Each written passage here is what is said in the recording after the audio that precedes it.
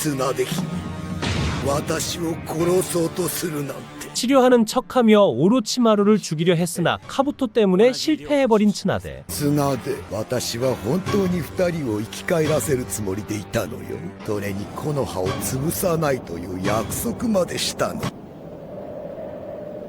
츠나데는 사랑하는 두 사람을 생각만 해도 눈물이 앞을 가리는데 二人のあの顔を思い出すだけでこんなにも周りが見えなくなっちまう。大好きだった。本当に愛していたから。だから会って抱きしめたかった。 하지만 츠나데는 나루토를 통해 두 사람의 꿈을 떠올릴 수 있었고